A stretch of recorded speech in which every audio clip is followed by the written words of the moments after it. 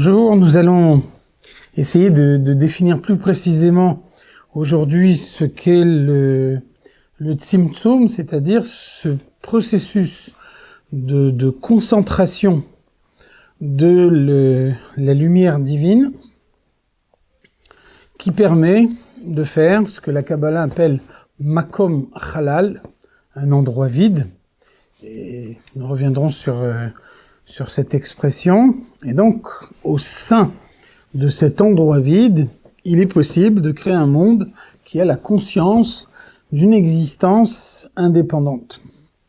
Donc, ce tzimtzum soulève une grande polémique parmi les sages de la Kabbalah. Et donc, il se pose la question, tzimtzum kipshuto, o tzimtzum eno kipshuto. Faut-il interpréter le terme tzimtzum au sens littéral, c'est-à-dire considérer qu'il y a des endroits qui sont, entre guillemets, vides de Dieu, des endroits dans lesquels Dieu n'est pas présent et que c'était une condition nécessaire pour que la création puisse être envisagée. Ou alors, tzimtzum eno kipshuto, faut-il considérer que le terme de tzimtzum n'est pas à interpréter au sens littéral, et donc aucun endroit n'est vide de Dieu, mais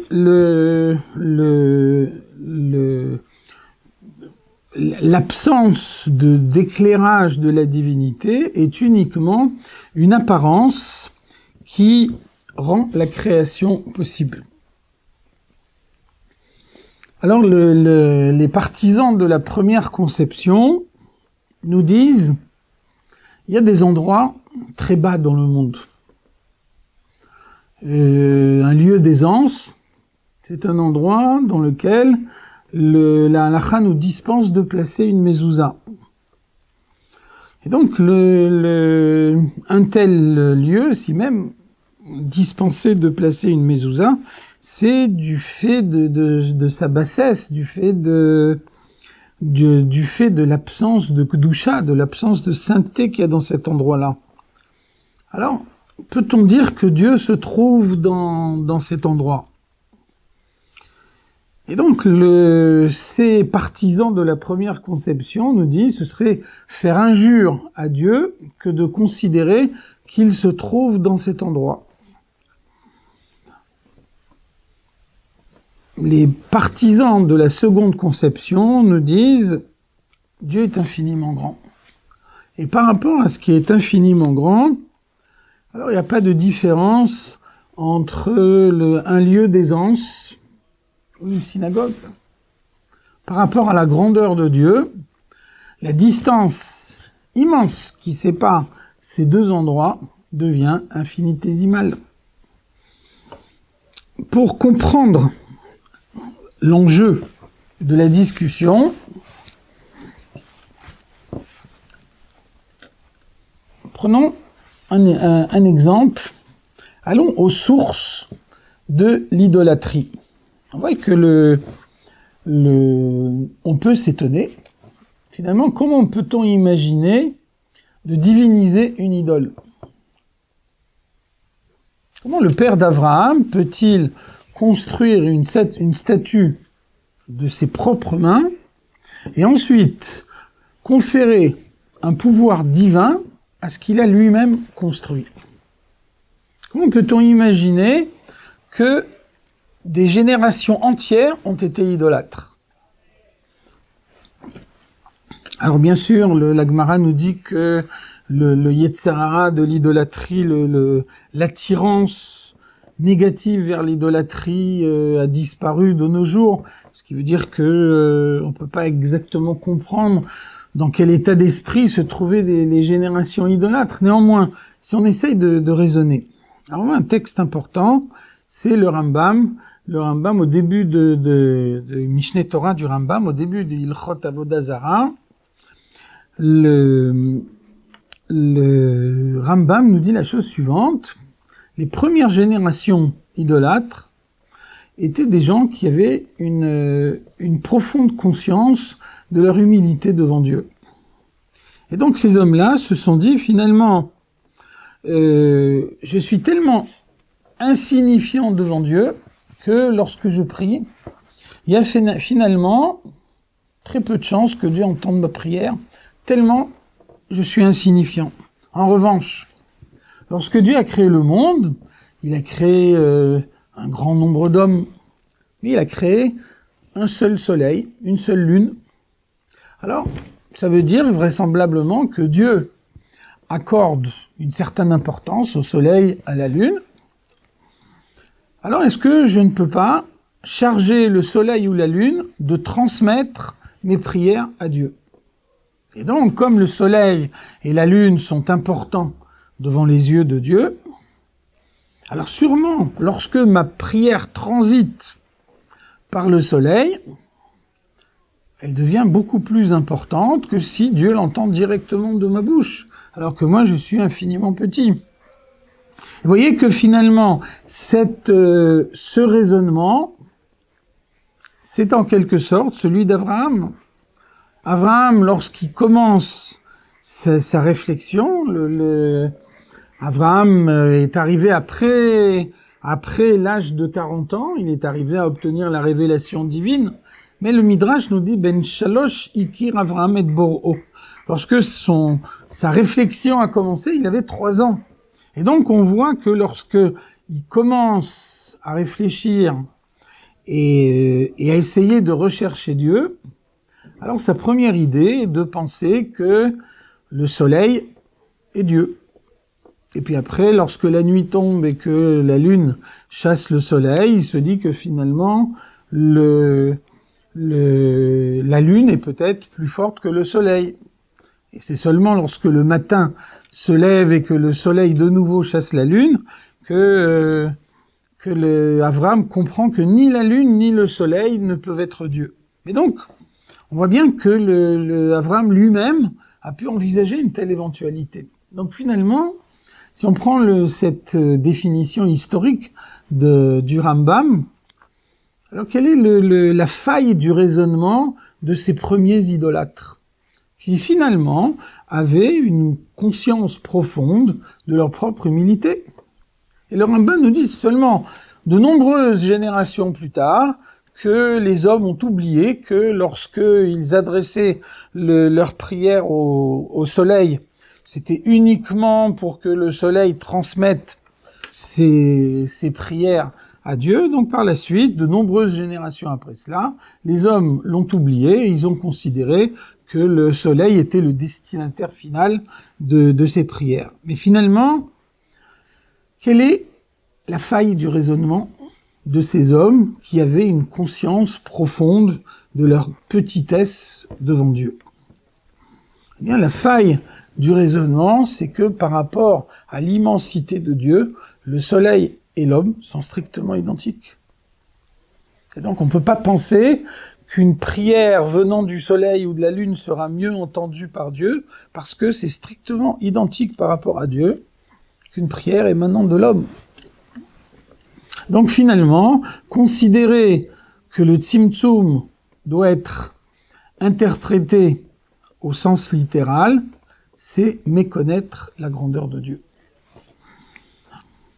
Et vous voyez bien que les tenants de la première conception, ceux qui disent certains endroits du monde sont trop bas pour que Dieu puisse s'y trouver, ils aboutissent à des raisonnements qu'actuellement on a du mal à accepter, après que la chassidoute ait vulgarisé ces notions-là. On voit bien qu'ils se disent, mais par exemple, quand un homme est dans un lieu d'aisance, alors peut-on dire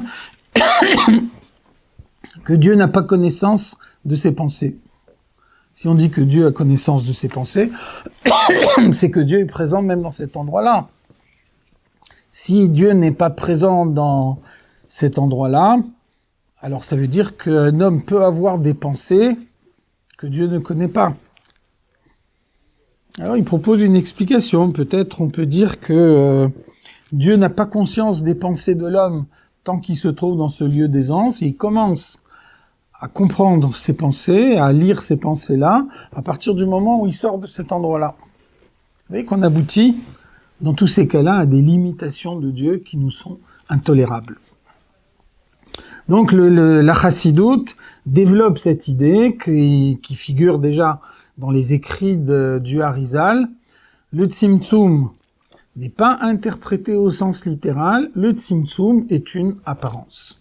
Lorsque la lumière de Dieu est partout, alors la création est impossible, parce que ce qui serait créé baignant dans la lumière de Dieu n'aurait pas conscience d'être une créature, ce serait une partie de Dieu. Et donc, pour pouvoir créer le monde, et donc satisfaire les finalités de la création telles qu'elles ont été définies au préalable, alors il fallait que Dieu crée un endroit, makom achalal, un endroit vide, non pas un endroit vide au sens littéral, mais un endroit dans lequel les créatures ont la conscience de leur existence indépendante. Il s'agit uniquement d'une apparence, il s'agit uniquement d'une impression, mais cette impression de la part des créatures est indispensable pour que le monde puisse exister. Et donc, c'est ce que la Kabbalah appelle Tzimtzum Harishon.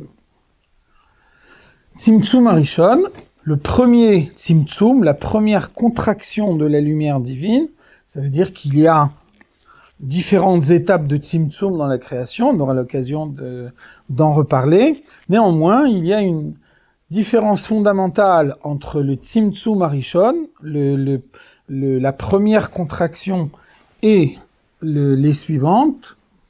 Les suivantes ne sont que des contractions, alors que le Tzimtzum Harishon est un retrait. C'est-à-dire que, selon les termes de la Kabbalah, Silek Oro Gadol Alatzad. Dieu a mis sa grande lumière sur le côté, c'est-à-dire que pour que la création soit possible, la lumière de Dieu a été dans un premier temps totalement occultée. Et puis ensuite, Imshir Kav, Dieu a, de ce néant, de cette obscurité créée de cette façon-là, Dieu a fait jaillir un fil de lumière.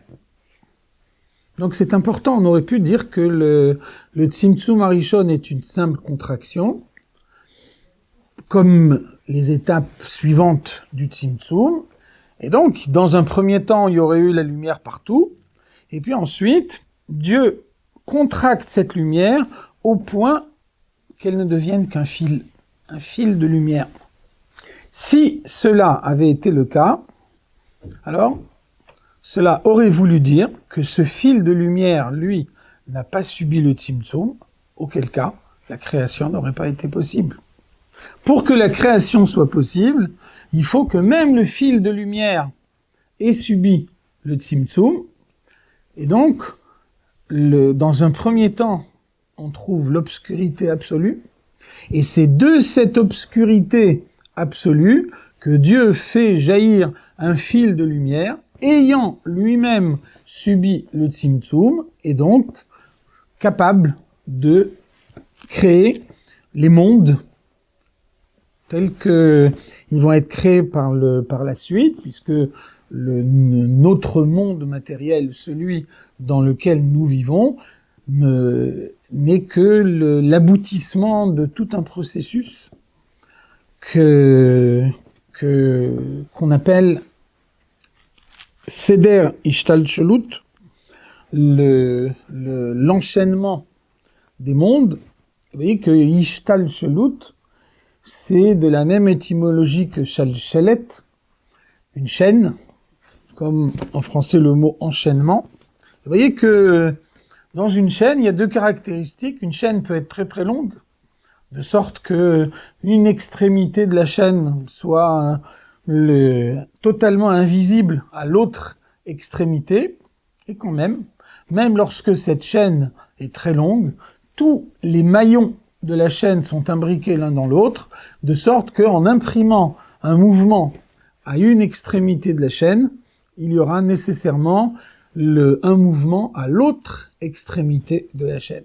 Voilà les définitions qu'on peut donner de l'enchaînement des mondes. Avant de rentrer plus en détail la prochaine fois, il y a une infinité de stades de la création, mais tous se caractérisent par le fait qu'ils sont liés les uns avec les autres, liés avec l'essence de Dieu, de sorte que à aucun moment la création n'est indépendante de Dieu, elle reste partie intégrante de Dieu et inséparable de lui.